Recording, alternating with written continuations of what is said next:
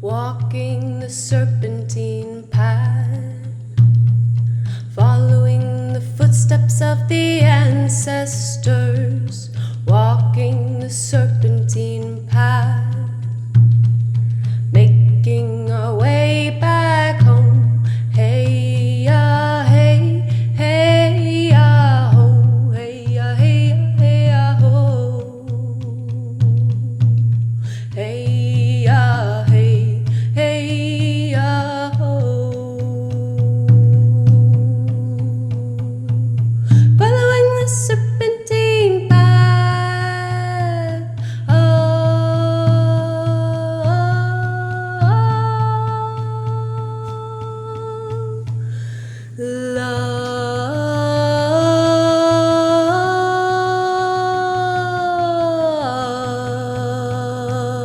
Life. Hello, everyone, and welcome to the Serpentine Path podcast. My name is Claire Waudia Seed, and I'm a plant walker, song keeper, word weaver, artesana, visual and performance artist, womb wisdom keeper, and your guide on this serpentine path of life.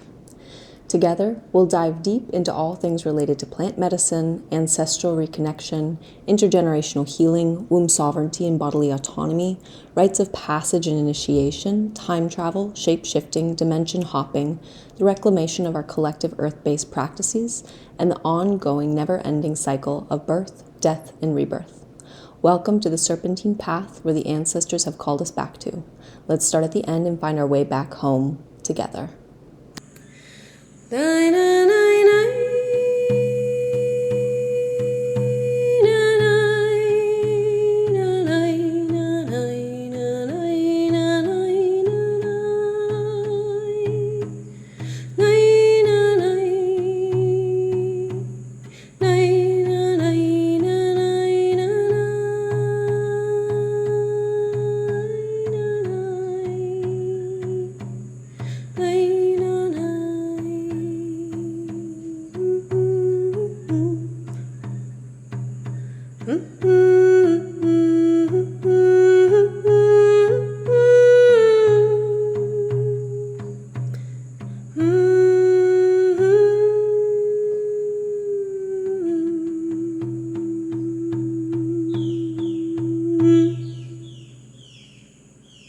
Hello, everyone, and welcome back to the Serpentine Path podcast.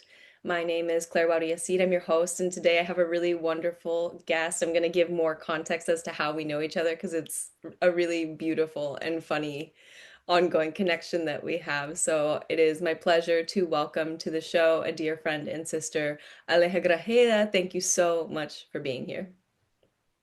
Thank you for having me, Claire. Awesome. So I will start with the question that I ask all of my guests, which is if your ancestors were here with us now, which of course they always are, how would they introduce you and what role would they say that you play in your family lineage? Sure. So from what I've gathered myself and heard myself and have been told by other people I know and trust, my ancestors would introduce me as a fellow space holder, such as yourself, as a visionary, as a guide, as someone in service to the women, and definitely a mother in multiple facets. Beautiful. And what role do they think that they would play, that they say you would play in like the expansiveness of your whole lineage?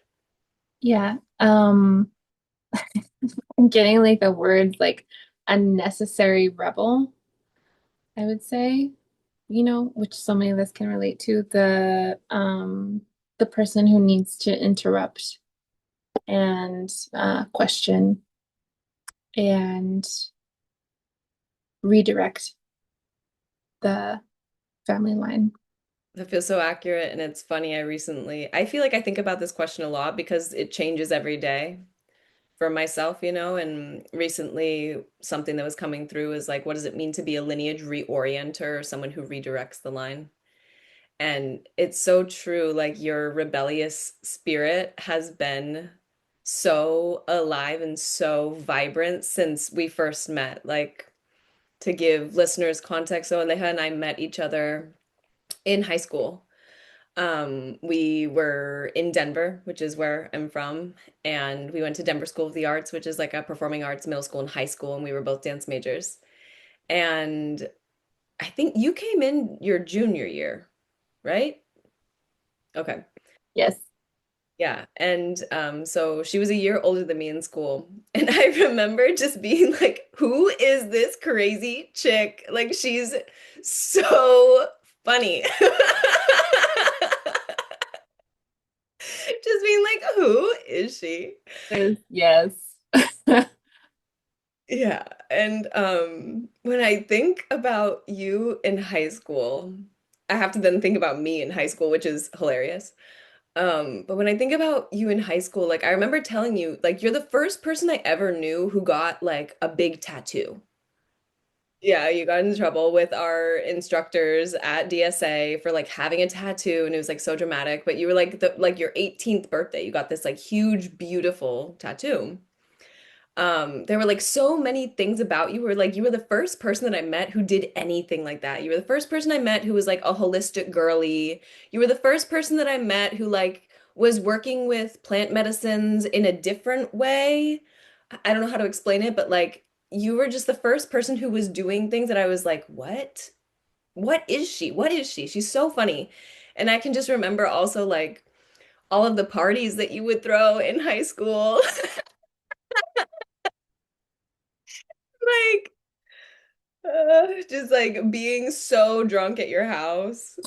Wild. Like truly like just the funniest like high school memories that I carry from when we first met, right? And then, we went totally different life paths. Very, very kind of disconnected, like we're not super in connection for a long time. But you were always someone who would share so openly and so beautifully about all of the things that you were learning and experiencing. And you very quickly, very young, went down this beautiful curandera path where you were like learning with the plants, learning with elders, getting really deeply connected to your own lineage, your own culture, and sharing that with people generously. Like you were the first woman who I ever saw talk about using plants for pregnancy prevention, like working with amenagogues to bring on their bleed. And I was like, what? You can do that? Like, that's crazy, you know? And I remember at one point in my spiritual journey, I reached out to you and I was like, I think maybe I'm a witch. Like, I think maybe there's something going on here. And you pointed me to Starhawk, which is so funny. You were like, here's a white lady witch. Like, you can learn with her. And I started reading, all of those kind of like new age goddess worship, like definitely more European American women traditions that were important at that first part of my path.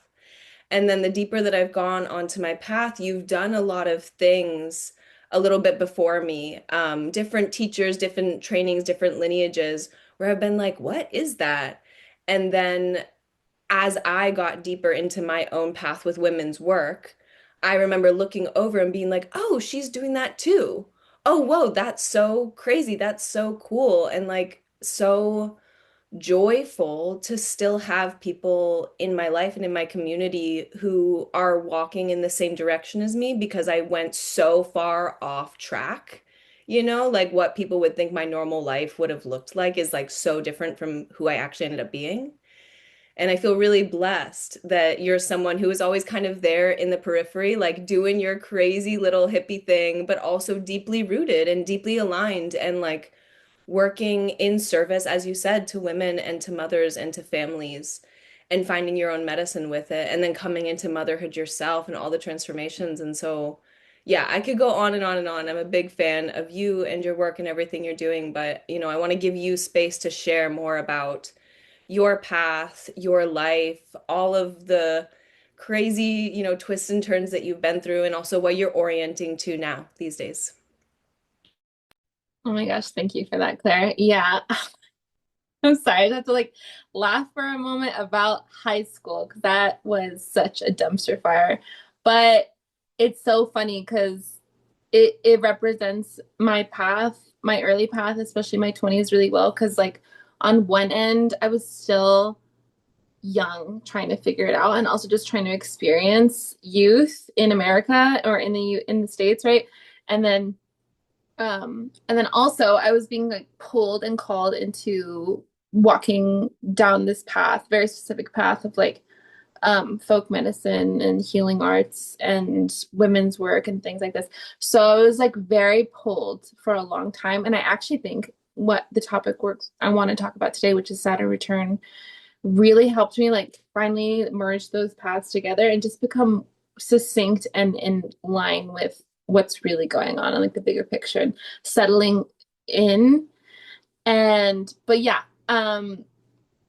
as you're talking though about like how we first met and my path, I'm actually really proud of myself because I faced a lot of backlash being who I was at a young age, right? So there, I remember this one time before a performance, all the seniors were like making, I forgot one of the dancers, right, that we used to dance with asked, like, she's like, let's say a prayer. And they were like expecting like a very Christian prayer, right? But there I go. I'm like, okay, I'll say a prayer, guys. And then I'm like, dear Creator Mother, like, bless this dance. All the spirits that are with us now. And all the girls were like cracking up. They're like, Alex, shut up. They're like, what are you saying? And I'm like, I don't know, but I'm just feeling this prayer. Like everyone is pissed, right? And then on top of that, I like never wore deodorant, so everyone was like mad about that too. My last performance ever, I was like, fine, I'll put on some fucking deodorant because I was like, I like did I like all the 15 years ago, there was no natural deodorant. It was like either a crystal stick or like whatever. I don't know, Dove's aluminum chocked full of aluminum shit, right? So I'm like, I'm not doing that. But finally I did it and finally like everyone was like, oh, Alex is finally wearing deodorant. Like made a big stink of it. Oh my gosh. So anyway, that was like right, the rough beginnings, but it represents really well, I think, like me just staying authentic to what I knew was right for me, even, and like I said, the necessary rebel, like nobody likes the rebel. Like the rebel gets questioned a lot. The rebel is like in the immature phase of the rebel, they're really like judgmental and like angry and um out of control and shunned and black sheeped and all these things, right? So that's definitely my path, right? I was like in that phase for a long time. And even till today, I think I've struggled with like accepting truly like who I am. But the more every day, the more I allow myself to accept my path and accept who I am, which was like a big Saturn return gift, I will say. Um, the more fun I have and the more beauty I experience and the more love I feel and the more complete and whole I remember who I am, right? So so yeah, that's like I would say like that's one of the biggest gifts of like finally turning 30, finally ending my Saturn return. Um okay, so yeah, I didn't get like the husband. I didn't buy a house. But I own my own company. I have a beautiful daughter, and I'm finally accepting who I am. And like that, that's huge too. That might be even better than finding a husband, but for now. So anyway, yeah, thank you for that. And I'm just so grateful that we met at that time and we've been able to like kind of track each other a little bit as we grow into our path. And yeah, it's really amazing to think back to that time and I kind of just like look at myself like, sweet Alex, you're just like trying to just accept who you are, but you can't. So, but also it's like it's okay. We were doing what we needed to do at those times and thank God they're over. So yeah. Yeah. Yeah. Thank God they're over, and I think I think back to my own self in high school, and I remember just how how to say like how much I had to like hide who I really was, you know? I think for people who have known me throughout my life and who have seen how insane my transformation has been, especially over the past 4+ years, but really since I was probably at least 20, so like 9 years at this point, I think that it's easy from the outside to see people who go through intense, drastic, insane transformations and be like, they've lost their minds, you know? Which I'm the type of person where when I see, especially a woman, go through really intense, like almost quantum leap level transformations, I'm like, oh, she's so in her medicine right now. She's batshit crazy.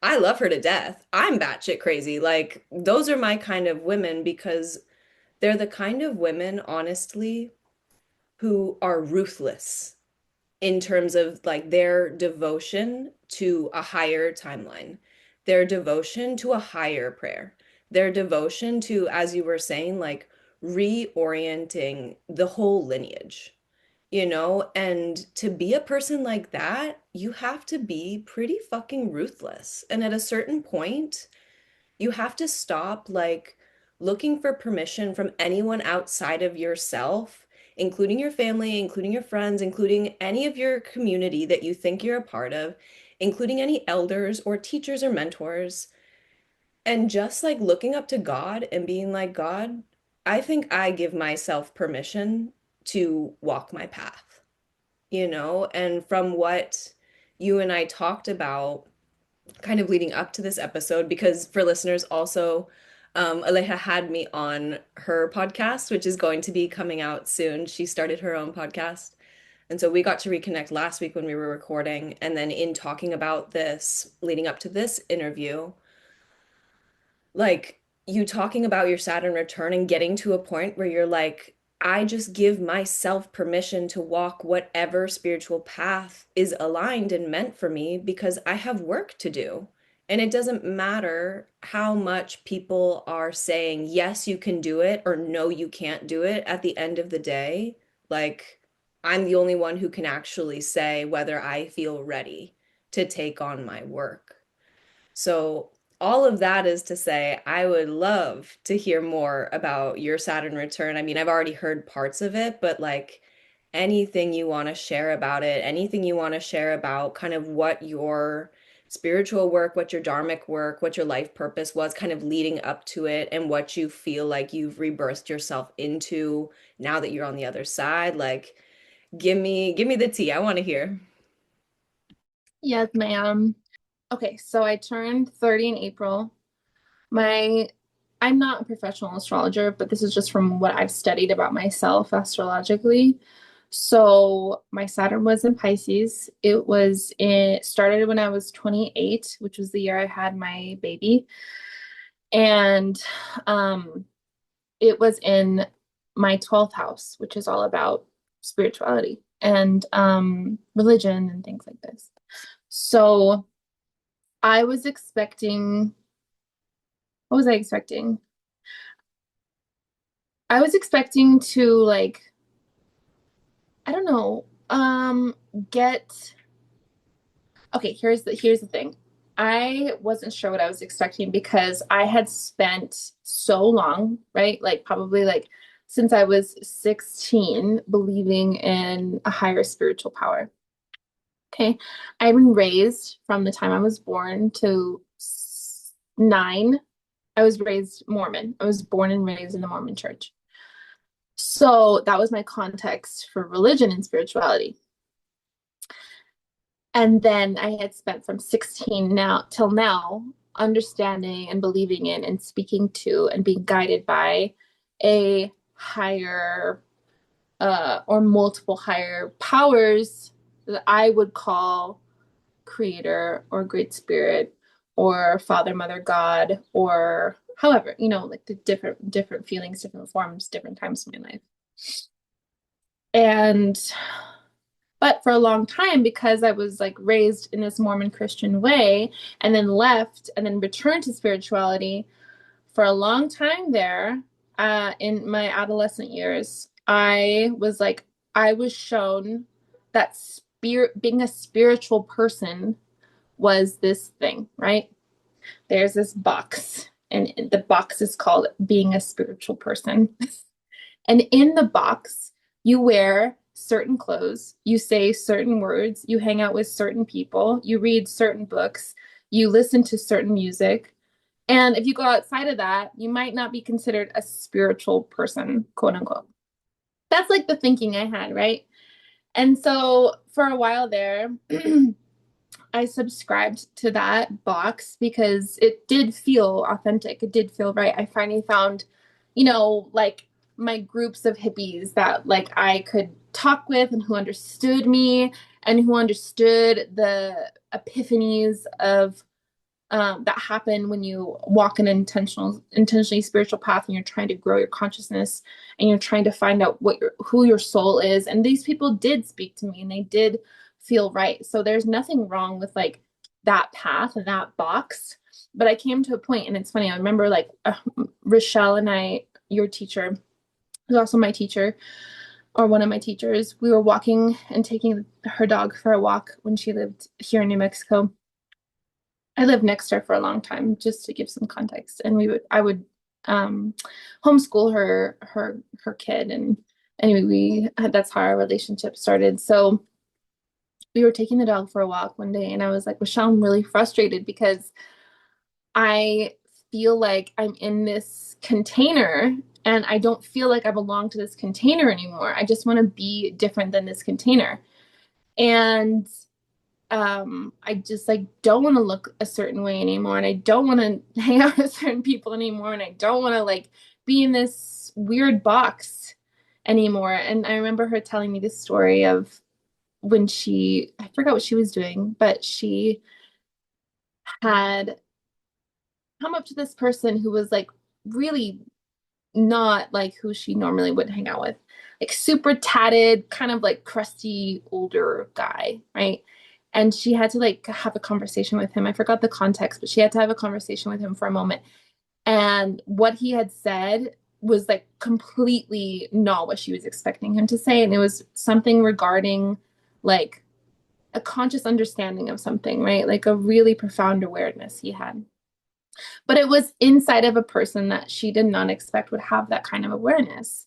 And she was just kind of trying to tell me that like you don't have to. You really can just like be whoever you need to be for yourself and walk this path. Um, but the important thing is that you stay authentic, right? Which is like, first of all, authenticity, I believe, is a process. And I would say that as I approached my Saturn return, I became more and more authentic to what feels right. And that changes too. Like sometimes that changes. One day it feels authentic um to be this way or look this way or say this prayer or talk to this saint or talk to this God or do whatever, read this book, whatever. And then another day it's something completely different, unrelated. So it's this ever-changing thing, authenticity, right? And authenticity takes some time to get comfortable with too. I think for a lot of people, and for me especially, it took a long time because I was really I had been trained to like people please, right? So if you're a people pleaser, it's kind of hard to be authentic because you're being different people. You're being a different kind of person for different people. So I had to really learn to let that go. And I'm still letting it go every day. As soon as I get into this person won't understand me, that person I have to please, that person I have to like consciously tell myself, why are you doing this? Why are you shape shifting for other people who actually probably don't care about you? They don't even probably paying attention to what you're doing. So you need to just do your work and do your thing and do your life and don't worry about anything else. So that is like a constant daily practice, right? But I became more aware of that as I got into my Saturn return. So as I entered my Saturn return in when I was 28, so 2 years ago, I actually started to return back to Jesus. and like Christ consciousness, right? And I was like befriending Jesus again. And I had always been kind of like a Guadalupana, okay, like really interested in Guadalupe and her lessons and the femininity of her and her beauty and her symbolism. And I had been like really intrigued in that since I had moved to New Mexico in 2016. Because it's like the energy of that is like so present here, right? So then, to my surprise, like Jesus started coming through more. And I was like, this is weird. But then I remembered when I was a child and I was in the Mormon church, I was given a lot of bullshit that I've had to work through for sure. That is like, that is true. But also a bigger thing, like the more predominant thing was that I cultivated a relationship with with a spiritual masculine entity. Okay. And I was reliant on that entity for a lot of support and help and guidance and love as a child. I would like write letters to Jesus and like put them under my pillow. And I'm like, he's gonna read this. And it was like my anchor while I was going through the trauma of multiple divorces, abusive partners, emotionally unavailable parents, separation anxiety, things like this. So I'm really, really grateful for my upbringing as a Mormon, as crazy as that may sound. Um, the Mormon church is completely twisted. That is my opinion. I'm sticking by it. But there's also a lot of beauty, like in any religion. There's a lot of darkness and there is a lot of beauty. So I had this foundation of a connection with Jesus or connection with Christ. And I returned to that in my Saturn return. So that was really surprising and interesting. I started to dip back into the Bible and read about biblical stories that related to me specifically as a woman. I started to kind of look into the origin of the Old Testament and some of the old words that were used. One of my favorites, as an example, is the word I think it's Ezer. Ezer? I don't know if I'm saying it right. Ezer. It's how God described a woman, right? But the translation in English in the Old Testament says servant. So we're like, oh, servant, that's fucked up, right? But actually, Ezer is the word that God described himself as too. That's how he described his godliness, was using the word Ezer. So that word is directly related to God's description in the Old Testament, and it's used to describe women as well. So anyway, things like this started to like have my interest, and the result of that has been me finding I don't want to say godliness because that feels a little not right. I would say it's helped me love myself. I would say it would be like the basic the basic outcome of that spiritual awakening and reawakening and revisiting and coming to terms with my divinity and accepting my position as a child of God and accepting that I deserve beauty and love and fair treatment. And yeah, really just like up leveling my self-esteem. So, yes, so part of the outcome is up leveling my self-esteem through revisiting my relationship with Jesus. And I think that you can do that. There's many avenues to take. But I think that it's kind of funny that it was almost like God tapped into a specific part of me that had already been there, but had been like laying dormant for a long time, but was still in me. And it was kind of like God was like, I know how to get through to her. You know, I'm gonna go through this path. And I think that happens a lot with people who have awakenings and who have whether they be nice or and gentle or rude and hard awakenings, is they go through your trigger. They go through what's closest to you. They go through the people that love you. They go through the people that don't like you. They go through common common occurrences in your life. They go through school. They go through whatever you're closest to, or whatever is related to you, because it will trigger something and it will touch you in a certain way that's maybe a little raw or untreated, and so that it can be brought up and dealt with and like put in your face. So I think for me, my family mostly rejects the Christian God. I would say my mom is okay with it, right? But like my dad is hardcore atheist and like science based and like actively like shuns religion, right? So, and all my friends know me as this non-Jesus person, right? Like non-Jesus related person. So I remember going through this time and being so worried. I'm like, what if my friends don't like me because I like read the Bible now? And what if my dad like doesn't get me because I like want to go to church maybe, or all these things.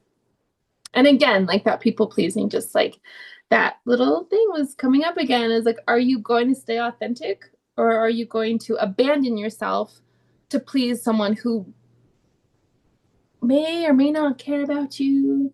Um, has nothing to do with your trajectory and your path in life, is not going to do the hard work for you, is not going to enjoy the benefits of this awakening with you or as you, right? Maybe like next to you, but not as you. Are you really going to abandon yourself for them, or are you going to stay true? And if they fall off, they fall off, right? And if they stay, they stay.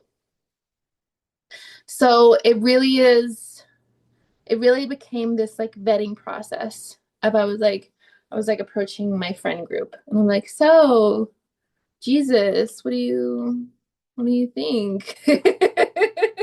And they're like, yeah, we love Jesus. I'm like, oh shit, girl, yes. Thank God. Literally. And I'm like, so what do you think about like the Bible or whatever? Like all shy.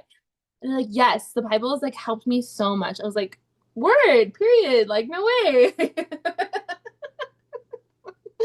So it was like this experience because I had never talked about this with my girlfriends, I had never like really gotten into it with my girlfriends. Like they would always speak my same language of like spirituality and a creator and a higher power and these kinds of things, which Jesus like falls under that, all of that for me. It's just like an avenue to get there, right? So anyway, I felt relief. I still have to remind my dad that when he's like bashing on Christians in front of me, like, Dad, like I like Christ, okay? So just keep that in mind. But that's also like none of my concern whether or not he accepts me or not. And parental acceptance is is normal, right? The need for parental acceptance is normal. I would also say that the need for parental acceptance is adolescent, is childish, right? It's for the child. I am no longer a child, and I don't need to seek parental acceptance because I accept myself, because I belong to myself, because I'm old enough to hold my life and to feed my own life and to create a family and to create community. So parental acceptance is not, it's not important anymore. And not to say that it's not good. If I have it, it's good. It feels good, right? But this is for all you out there who are entering or are getting into your 30s, getting into or out of your Saturn return, and you're still searching for parental acceptance and that, the pride of your parents in you. But really, who you are authentically would not be someone that they accept. Who you are in your heart is not something that they accept, they don't have to accept that anymore. You are no longer a child. They are no longer feeding you. You feed yourself, right? So in that way, as a metaphor and literally too, you'll feed yourself. So you don't have to worry about them accepting you anymore. But that's a whole wound, right? That is like a so anyway, I've like chatted. So I'm curious what you have to say. Yeah, I mean, I'll start with that last part. I have been out of my parents' home. I was totally gone for like 10 years, and I would go back and visit, and I had a really hard relationship with my parents, and I was going through my most intense, extreme transformations and whatever, and they like totally didn't get me because I'm this weird alien in my family, and I was not always loving and respectful and kind in the way that I showed up with my family, and it's still something that I'm really working on. But I was also traveling a lot. I was living in the Colombian jungle full time. I'm living in an indigenous village, the only little gringa, like white girl running around in the whole region, not just the whole village, and experiencing totally different ways of life. And then I run out of money and I go through this heart obliterating breakup with the man who I'm like, that's my baby daddy. That's the person who I'm going to be walking this path with. And now I have to go home. And I was like, fuck that. Like, that's so not what I want to do. And it has been, I guess, 8-ish months now that I've been home. The longest I've been home since I was, yeah, 18, you know? And having to sit through all of my stuff with my parents around that, like, parental acceptance. And I did finally get to a point where I was just like, they're never gonna get me. And that's so okay. It's not their job. Like, they did their job. They gave me life. And now it's my job to do something with that life, And it is an intense process that I've been through, and I'm grateful that I'm going through this now, like, leading up into my Saturn return, leading up into the point when I am going to be leaving again full time once I have like good money saved up in a few months, like to have a long-term vision of like, okay, this is not my forever living at home with my parents. And thank God that I have the opportunity to do that with them right now. And to both kind of like not reparent, but to figure out like what is our relationship going to be now that I'm an adult, This is a really valuable time.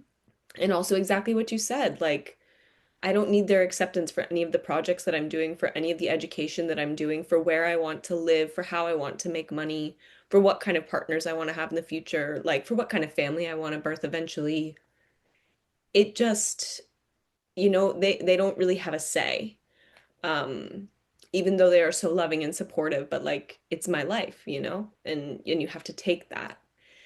The other thing that's I want to hear more about this because so like my big kind of coming into understanding the value and beauty of Christ consciousness and of Christianity. I was baptized Episcopalian. I grew up very kind of eclectic with my spirituality. I went to church like a little bit here and there, but I was like vibing doing my thing. My parents gave me complete and total like religious and spiritual freedom. I had a book on every single religion you could think of starting at like age 6. I have always been like this big spiritual seeker and I tried on everything. I read the Bible, I read the Quran. I went through all of like Hindu, like Buddhist texts, Taoism, like crazy religions from all over the world. And then I ended up getting really, really deep into my path with, yeah, hey, the Colombian brew of ayahuasca when I was 24. And I ended up, in the Colombian jungle full time as the only European American woman there with this 110-year-old grandfather shaman who is the leader of his people, who is the spiritual authority of ayahuasca medicine, this man who is traveling all around the world, the White House, the House of Lords, the World Health Organization, Nairobi Peace Conferences. He's sharing his medicine, he's sharing his indigenous teachings. And also, this man had an altar of Mother Mary and Jesus. And the first healing that I ever did with him in his jungle home with only maybe it was one of 6 people in this ceremony, tiny little ceremony the first time. And there I am sitting there. The abuelo is behind me with his hands on my back, giving me a healing. And for 5 whole minutes before he did anything, he prayed strong Christian prayers, Catholic, technically, like Catholic prayers, like Padre Santo, Padre Divino, Madre Maria, Jesucristo, like praying to a Christian God. Padre Dios, Dios le bendiga, vaya con Dios, like everything God, Jesus, Mary, and then also chanting to like the jaguars, and also chanting to the sacred territory of Ukumaricanque, also chanting to the river, Rio Rumiacu, like also chanting to Los Invisibles, like the invisible people of the jungle, the ancestors, you know? And what I started to understand about this, because it totally didn't compute in my mind for a long time, I was like, they're indigenous jungle people. Why do they like Jesus? Like it didn't click. I was like, I don't fuck with Jesus. Like, and like this is technically my people, well, technically not my people. He came from the Middle East. My people actually had their own like Celtic and Germanic indigenous practices, right? My people were colonized by the Christians, by the Catholics, and then we went and did the whole thing on this, hemisphere.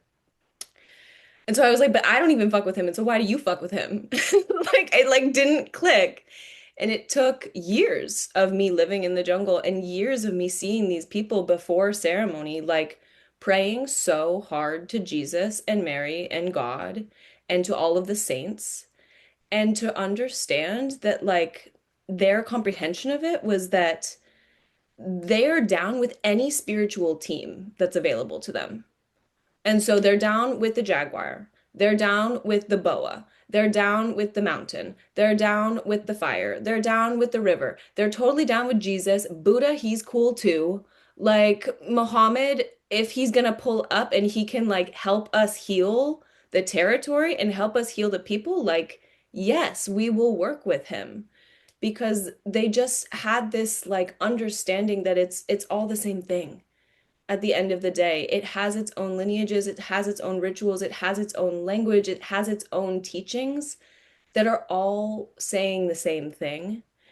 And I often say, like, if I were ever to convert to any other religion, it would probably be Catholicism. And I think that's just because I've spent so much time in Latin America, where also the feminine spirit of Mother Mary, of Mary Magdalene, of, like you said, like Guadalupe, like, there's still such a feminine essence in a lot of that. And I think so much of that is because of the syncretic traditions that also were present in, like, my ancestral homelands. Like, Bridget was the goddess of Ireland. She is like the bad bitch of Ireland. And when Ireland got colonized and Catholicized, everything is now about Saint Bridget. And there's like whole festivals about Saint Bridget, but she's still that baddie. She's still that Celtic baddie, you know? And so when I see what has also happened in the so-called Americas of the North, Central, and South America, and the ways in which Catholicism, Christianity have been interwoven into the indigenous traditions, like I see a lot of beauty in it. Yes, there's a lot of pain. Yes, there's of course so much violence that occurred. Yes, there was slavery. Yes, there was genocide. Yes, there was all the bad stuff. And also, my teachers showed me that there's so much beauty still with it, and that you don't like throw the baby out with the bathwater. So I am super curious because, you were raised Mormon, but you're also Mexican American. And so you have like, I know Catholicism is huge in Mexico and in the majority of Latin America. And then you also have your own deeply beautiful indigenous traditions that you've been exploring as well in like folk healing and that path. And so how does that whole spiritual soup come alive for you? Like the Mormonism, the Catholicism, the indigenous practices, like I'd love to hear more about all of that.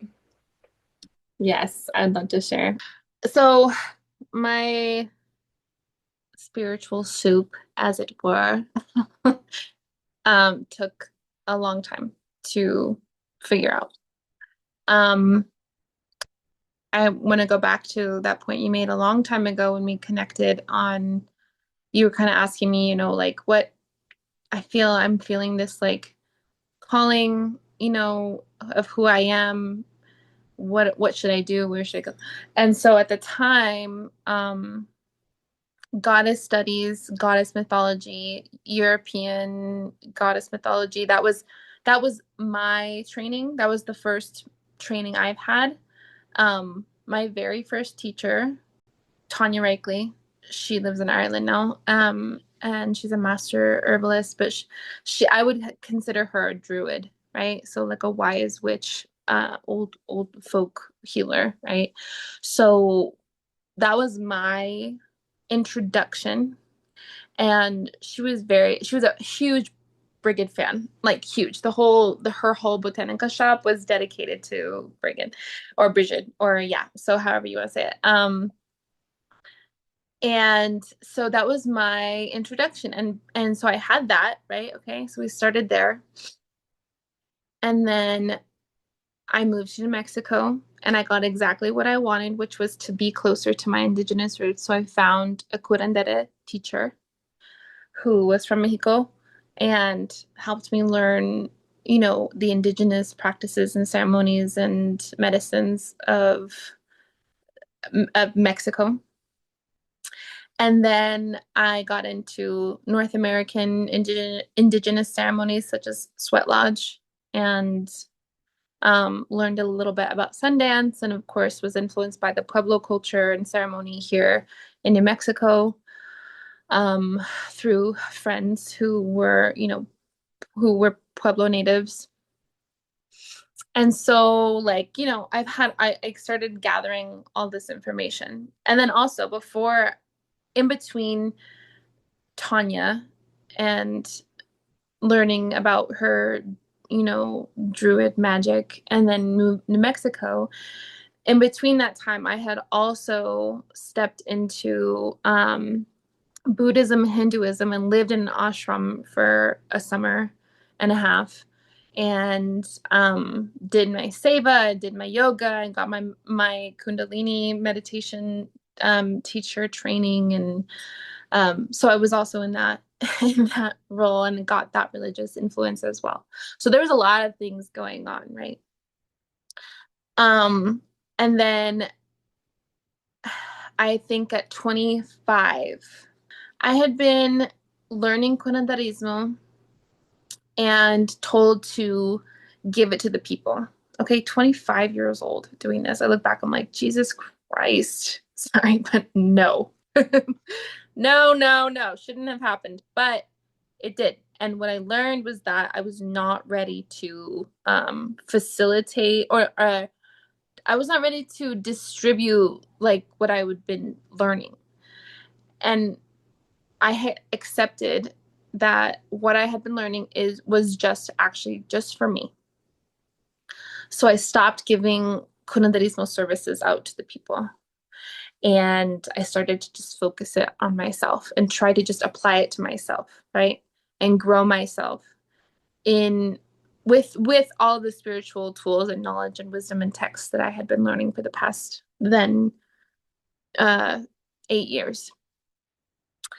So now, as someone who does postpartum work and provides doula services and as a trained herbalist and all these things, trained healer, what have you, um, I'm I'm still focused on applying all of that to myself.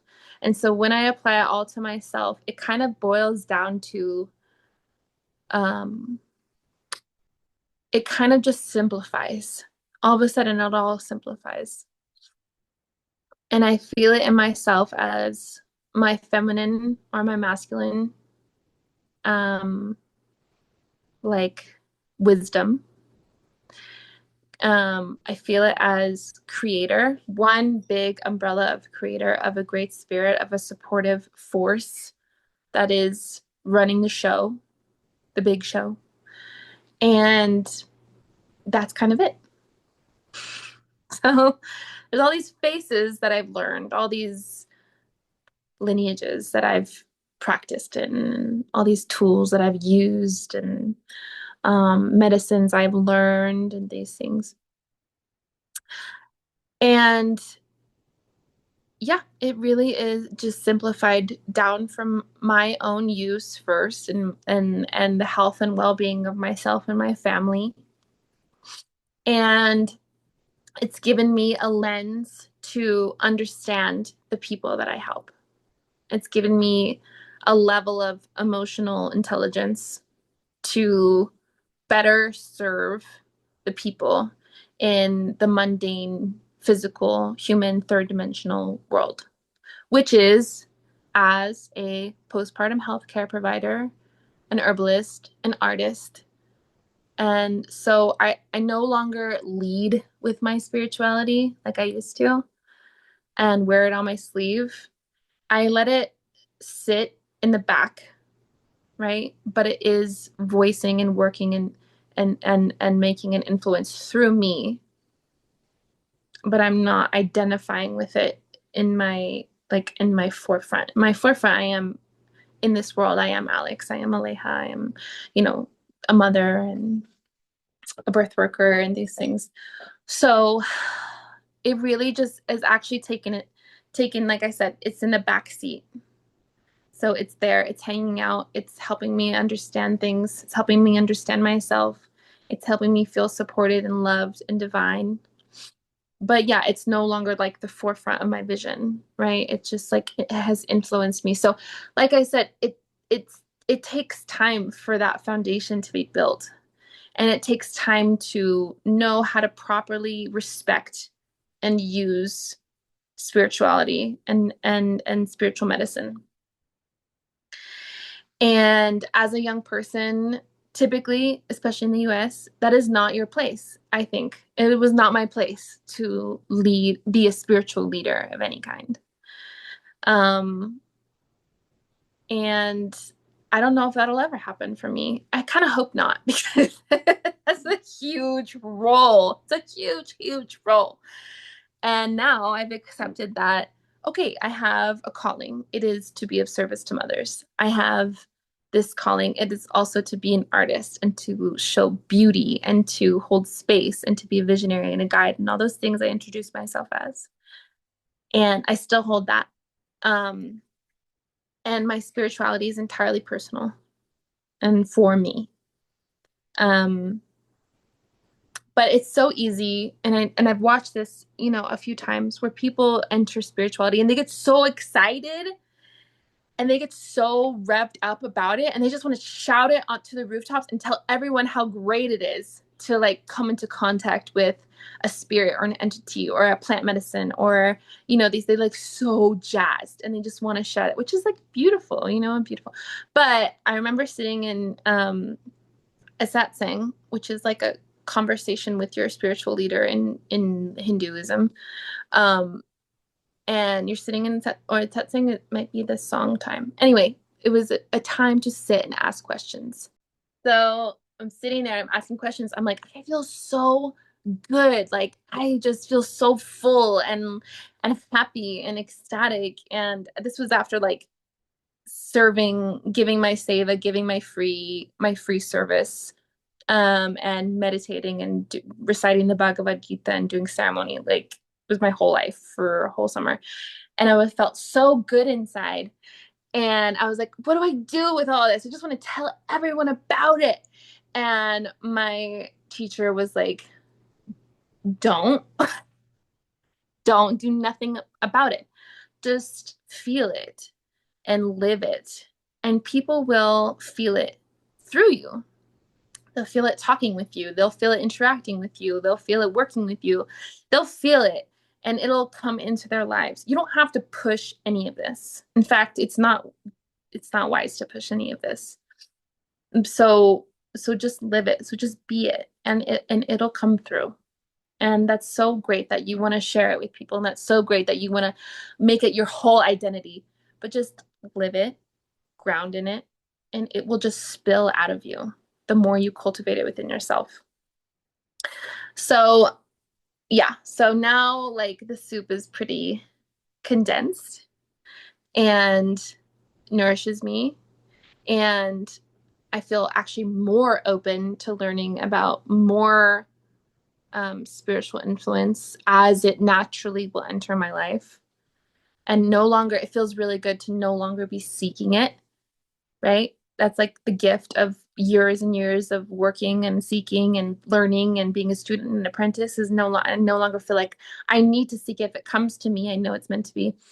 And like that, like I'm not wearing it on my sleeve anymore. And that feels more authentic and more integrated, which is nice to say.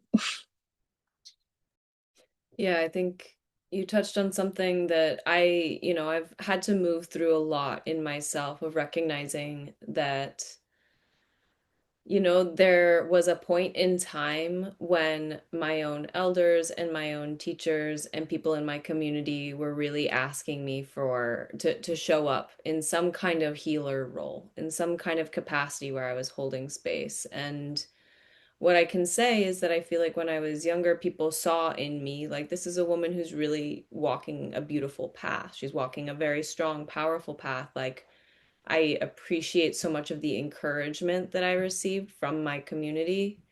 And I also got to a point, exact same thing as you, where I realized, like, I don't have strong enough internal resourcing. I don't have strong enough, like, really solid foundation in myself. I don't know how to sit with people when they're going through like a really, really intense process and not try to save them from it. Like I I don't know how to set the solid enough boundaries.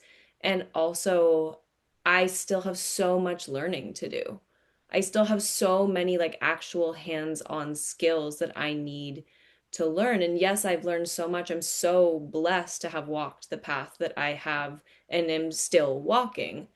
And also, I'm at a point where I'm like, I'm so young. Like, thank God that I'm this young. And I think that I only really got that because I learned from an elder who was literally 110.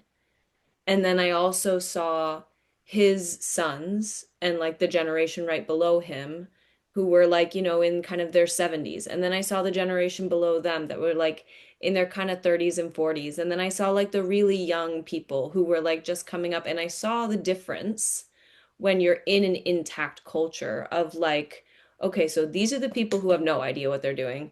These are the people who have a little bit idea of what they're doing, but they're just really ambitious. These are the people who are definitely getting to the point where they know some shit and they're like a lot more chill, laid back. And then the oldest, like abuelo, and abuela, like the really, really old ones, they know everything and they don't give a fuck. Like they're not out there like pandering their services to people. Like they don't have any marketing schemes. They don't have a sales pitch. Like they just are chilling in the jungle and people come to them.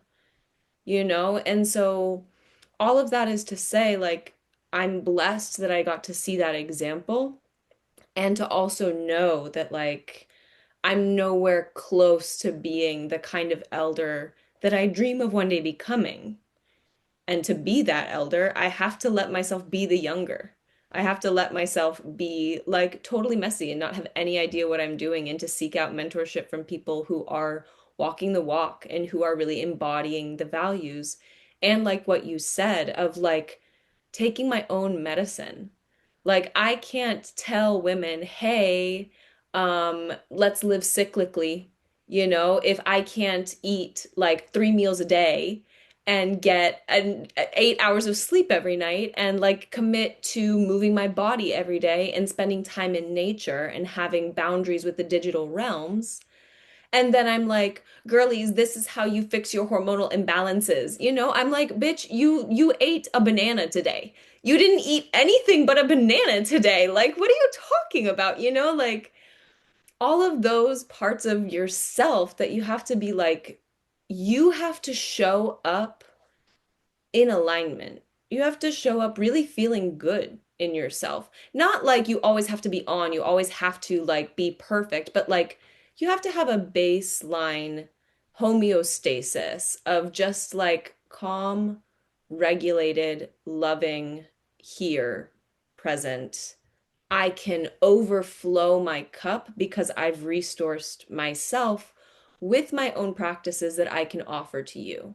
Like I'm at the point where I can genuinely say to a woman, like, girl, the majority of your problems that you have going on is because you wake up, you drink cold brew, you take a vape to the face, you eat a piece of toast, and then you go do a soul cycle workout, and then you don't eat all day long, and you're running from all of your different things, and you're dating a guy who's throwing off your whole vaginal microbiome, like all of these things would probably be fixed. You don't need antidepressants, you don't need anti-anxieties, like if you just ate food.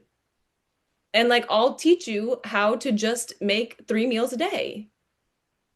I can do that for you because I've done it for myself, but you can't give what you have not given yourself first, because I can't tell someone you're going to feel so much better if I'm like, shaking, gray skinned, like crazy eyes, like, oh my God, but you should buy my course on how to be a better woman. Like, you can't do that. I mean, you can do that. You can totally scam people and scam yourself, and that's fine.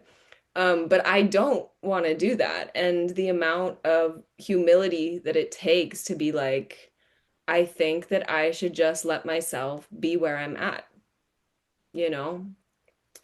Um, I would love to ask you about, we were talking about this when we were thinking about this episode. And I think it ties into so much. There's like this internal policing that we do when it comes to our spirituality of saying, like, I can do this and I can't do this. But then there's also like the big world of external spiritually policing. And I think it's interesting when we were talking about this because you were giving the perspective of what it is to be a brown woman who's like, do I have permission to do this? Do I not? Blah, blah, blah, blah, blah. And then my perspective as a white woman who, we have very different paths, but my work has brought me so deep into this one particular indigenous lineage in the Colombian jungle, God knows why, and all of the external policing that I experience and internally as well. And so I'd love to hear your take on kind of like race, spirituality, how you've been navigating it, what you feel like is true and authentic, and how you orient, and what things you're like, no, that's BS, and I don't walk with that anymore. Yes. So I'll start by saying that um let's take you and me for example. You as a young white girl, light eyes, light hair, might have more of an authentic connection and understanding and appreciation for somebody for the medicine of and the spirituality of Northern American or Central American or South American indigenous practices than someone from that region, right? That's possible. That happens. That is what it is.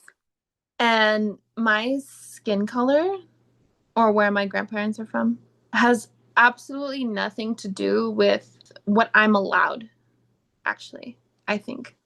If I'm walking around being a terrible person, but people give me permission to access indigenous practices because they see me and they're like, oh, you're brown, you're allowed in. But they have no idea how I show up as a person every day. That's bullshit. And that happens all the time. Most of us here in the States have European blood. Most of the people that look like me that have European blood reject that bloodline. They are not at peace with that bloodline. They do not like that bloodline. In fact, they hate it actively. And Rochelle was a big influence in helping me come to this realization. If you're hating on that part of you, you're not going to find healing. You're not going to find whole healing. You're not going to accept your whole self. So you might as well accept where all of your ancestors are coming from and stop using your skin color to access medicine and spirituality, and start using who you are as a person to access medicine and spirituality. And then on top of that, stop caring about skin color, because it actually has nothing to do with respect for medicine and spirituality practices. And if you're truly a follower of Christ consciousness or truly a follower of Creator, you would know that the message is to love and accept everybody. You would know about the stories of how the medicine is meant for everyone. And you would stop your prejudice. So that's kind of what I have to say about that. So good. And yeah, for those who might not be familiar, so Rochelle Saliga is both of our teacher, and she had an episode a few weeks back about the legacy of the European witch trials. I highly, highly recommend, whatever race you are, if you're a man or a woman, I really do recommend you listen to that episode, because it was so aligned with my own unlearning of race and so-called whiteness when I was living in the jungle. And when I first started my path at 24 with the medicine of Jahe, the medicine of ayahuasca, the amount of judgment that I received from people of color, but often most viciously from other white people, was like so intense. And it was really interesting because it was really in contrast with the deep love and acceptance that I experienced from the actual indigenous people who brought me into ceremony in the jungle. Like my elder and pretty much every elder that I worked with, like really legit ones that I worked with, said time and time and time and time and time again, this is for everyone. We would not let you into this territory if we thought that you were not allowed in these ceremonies with us, if we thought that you were not allowed to receive this level of healing, if we thought that you were not allowed to be in the same room as us because of whatever reason, you wouldn't be here. But you are here. And so why are you coming to us asking if you have permission to be here? You're here. You're here. You're right in front of us. And you have work to do. And that was a big thing that a lot of my elders told me so many times. Like, I think one of the best examples, I learned how to bead with my elder Abuela Maria, Abuelo Kerouin's wife. She was a matriarch of the Muroi Nation, very powerful medicine woman, incredible artesana. And she taught me how to bead and weave. And it took me 2 years, no, not 2 years, like a year and a half to ask her permission to teach me how to bead. And when I came to her, she was like, all right, we'll see. She's like, you can come this afternoon. And I was scared shitless, but I showed up and I learned how to bead and weave with her. And I sat with her every single day on the porch and I listened to her stories. And she told me about her grandmothers and what they passed on to her. And all these indigenous people are coming up to the house and they're asking, who is this gringa here who's learning how to bead and weave with the abuela? She never takes on any students, including indigenous students. She doesn't take on anyone, so why is she teaching this girl? And the abuela would say, because she's here to learn, because she can learn, because she wants to learn. And it was the same thing with my teacher, Abuelo Kerouin, when people asked, why is this white girl here? His response was always, because she's here taking care of us, because she sits in every ceremony with me, because she learns to bead and weed with the abuela, and because I take care of her as my daughter, because she takes care of me. That's what it is. And so even with that, it took me so long to move past, like, I don't have permission to be here. And that's not to say that I wasn't very aware of the reality of what it is to be a person with this skin tone, to be a person who speaks English as my first language, to be a person who comes from the lineage I come from, to be like, oh my God, this is my path. Of course, it takes time. But there did come a certain point when, honestly, the thing that shifted my perspective so drastically was being in the jungle and seeing a lot of people of color come in, both from like Colombia, from Ecuador, but also from the States. I had people who would come from the States. And as unfortunate as it is, but this is the true reality of what I saw, those people did some of the most disrespectful stuff in ceremony that I've ever seen in my life. Those people were the ones who would like violently disrespect the elders and then say stuff like, well, I'm brown, so you wouldn't get it. Like, I have more of a right to do this than you do. And I was like, what are you talking about? Like, this is a family that I've been living with for a year now. And I can tell you that what you're doing is so unloving and so disrespectful, but you're brown. Oh, okay, I don't know. Oh, you're right, I don't know.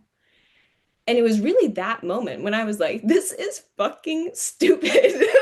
Like, I don't give a shit if I'm white. I don't give a shit if I'm brown. I don't give a shit if I'm purple. I don't give a shit if I'm like what at rainbow colored. Like at the end of the day, I know what it means to show up with just respect. And it has nothing to do with your skin color. That's it. And so there is this whole process of like how we police one another externally and how we police ourselves internally. And at the end of the day, it's all just a distraction from the work that we actually get to do in this life, which is what you're speaking to. Like this beautiful reunification and recognizing that separation, any kind of differences, they're not real.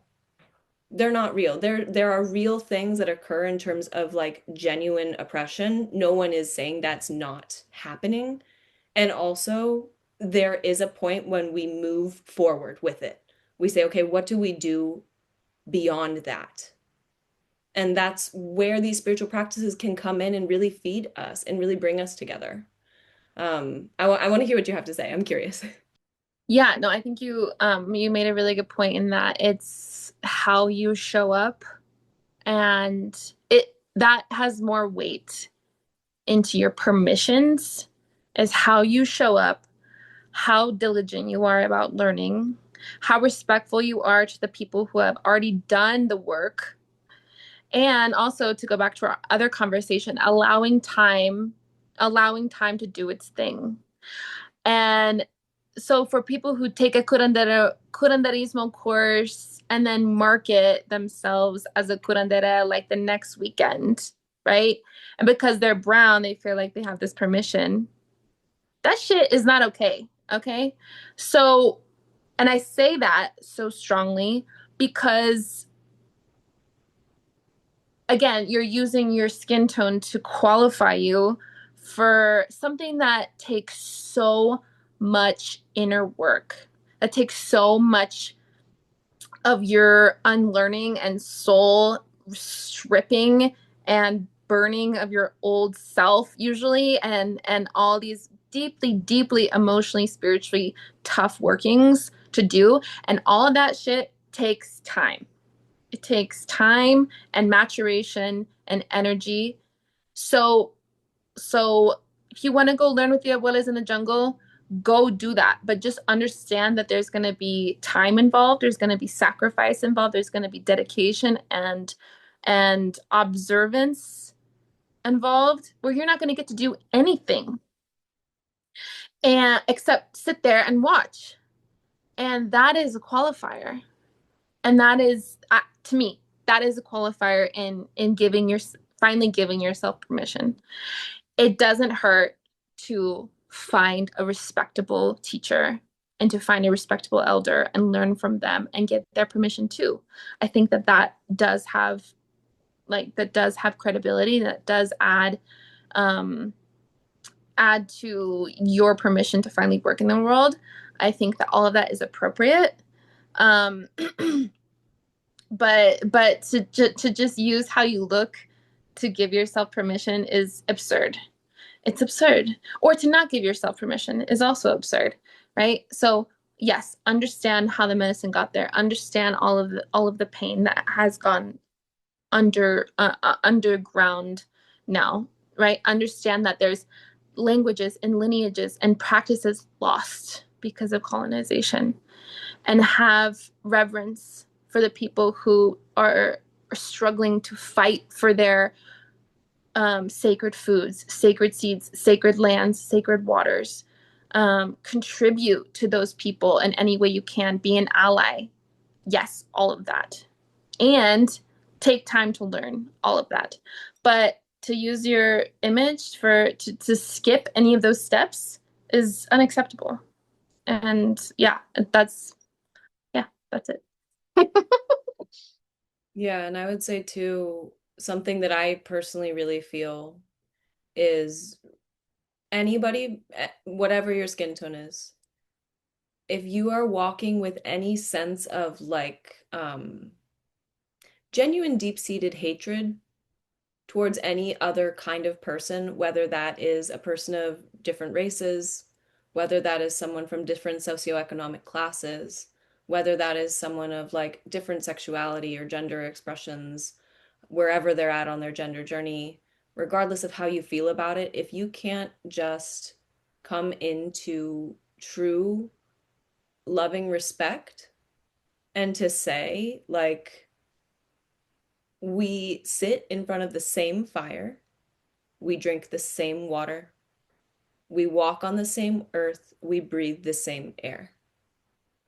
We both have work to do in this life. We both get to do work in this life, and we can do it better if we figure out how to work together. There's so many like people who claim to be healers. And I can also speak to there were some indigenous people in the jungle who I met who really did have like hatred towards not just white people who look like me, but brown people who look like you, who they would still consider a blanco, a white person, you know? There is still deep-seated pain. And there's no part of me that's like, that needs to change. They need to do something about that. I totally get it. And also, those are not the people that I'm going to sit in ceremony with personally. I'm going to sit with the people who are like, show me the students who are here to learn and show me these like true warriors who are here to do the work on this earth. Those are who are going to be my students. And that's just what it is. And so all of that has to say, like, wherever you're at in your experience with race, whatever skin tone you come in, at the end of the day, like the love that you can find for yourself in your own body, in your own bloodline, in your own lineage, and to say, like, I'm not going to swallow stories of any kind of like poisonous self-hatred because of what did happen in history and what was real.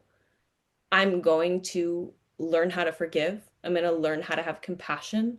I'm going to learn how to accept every one of my ancestors, even the biggest assholes of them all. And I'm going to walk with their blessings because we have work to do, you know? Like, those are the people I want to sit around the fire with. And you're one of those people. And I feel like all of the people that I bring onto the show are those kinds of people who are like, let's have bigger, more interesting, more loving, more co-creative conversations. Yes. Yeah. And like living in that way or living with that understanding, it with where you're loving yourself, loving others, not being superior or inferior, you're stopping all conversations of discrimination and prejudice. You know, because if you are an ally, but you still feel superior in some way, you're going to come off condescending, right? Or you're going to come off like this. Like I have friends who like they're white, my white friends, whatever. They like love me, right? Okay. But then like they have a prejudice, right? That they carry a little bit and it comes off a little bit.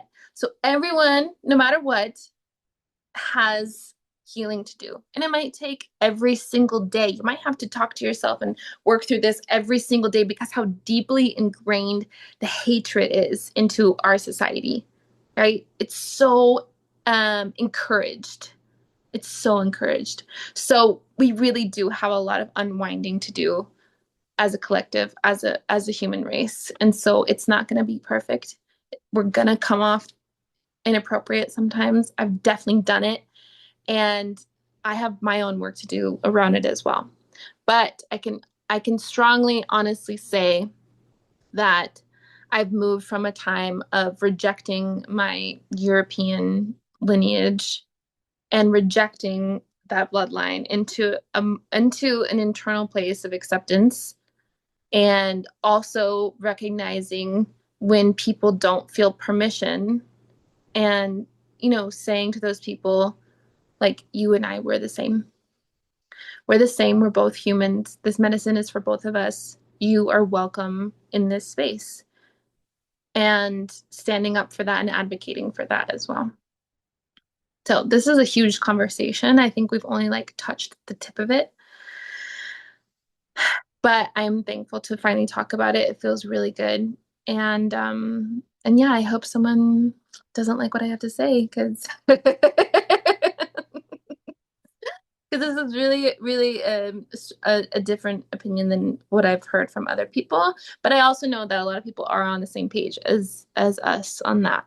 We are here to come together and learn together and respect each other and learn and be diligent about healing. So yeah. Yeah, absolutely. And just to say one last thing before we wrap up, based on what you just said, when you are feeling superior to someone, that comes off. The same thing when you're feeling inferior. I had to do a lot of work around really pedestalizing indigenous cultures and my indigenous teachers and an indigenous way of life. And that seriously bit me in the ass because at a certain point, I realized, oh, they're also human beings who are very capable of being loving, kind, generous, open-hearted, like wonderful people that have welcomed me into their homes and their hearts and their territory and their ceremonies. And also, they are just as capable of being deceitful, manipulative, unkind, disrespectful, unloving, like hurtful. And it hurt even more because I had put them on such a pedestal, which is actually like racist. Like, to put them on a pedestal also dehumanizes them.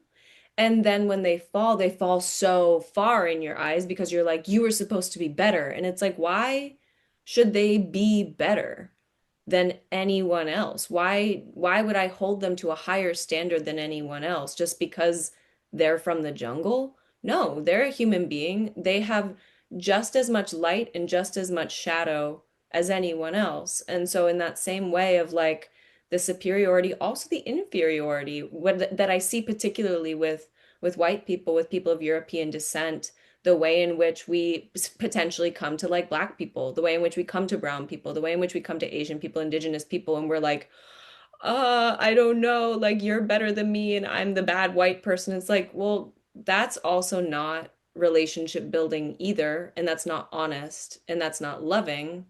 And so you have to just figure out how to get on an even playing field in yourself first.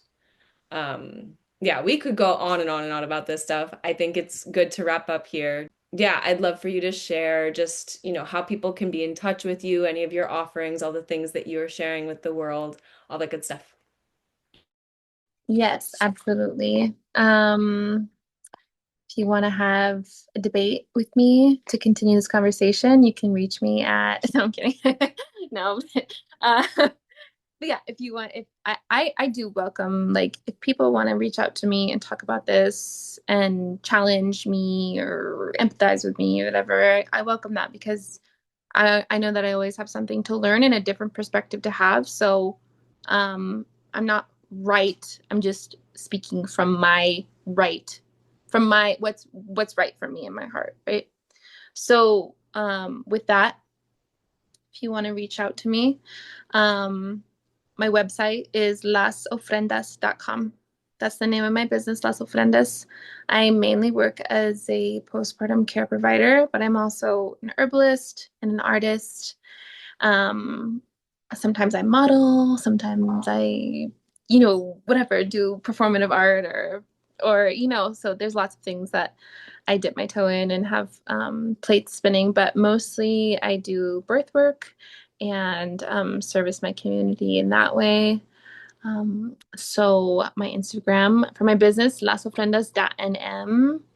And yeah, anyone is welcome to reach out to me either through my website or Instagram. There are ways to connect with me through both. So yes, that is how you can reach for me and my services. Even if you don't live in New Mexico, I'm happy to help in any way I can and refer you out to people that I know and trust if you're in need of postpartum care provision, but you're not here. So yeah, anyone's welcome. Amazing. Thank you so much for your time and for all of the beautiful medicine that you've shared. It's such a blessing. And I'll link everything in the show notes. And then people can also be on the lookout for your upcoming podcast as well. So Yes. thank you so much, dear sister. This has been wonderful. Thank you, Claire. Appreciate you.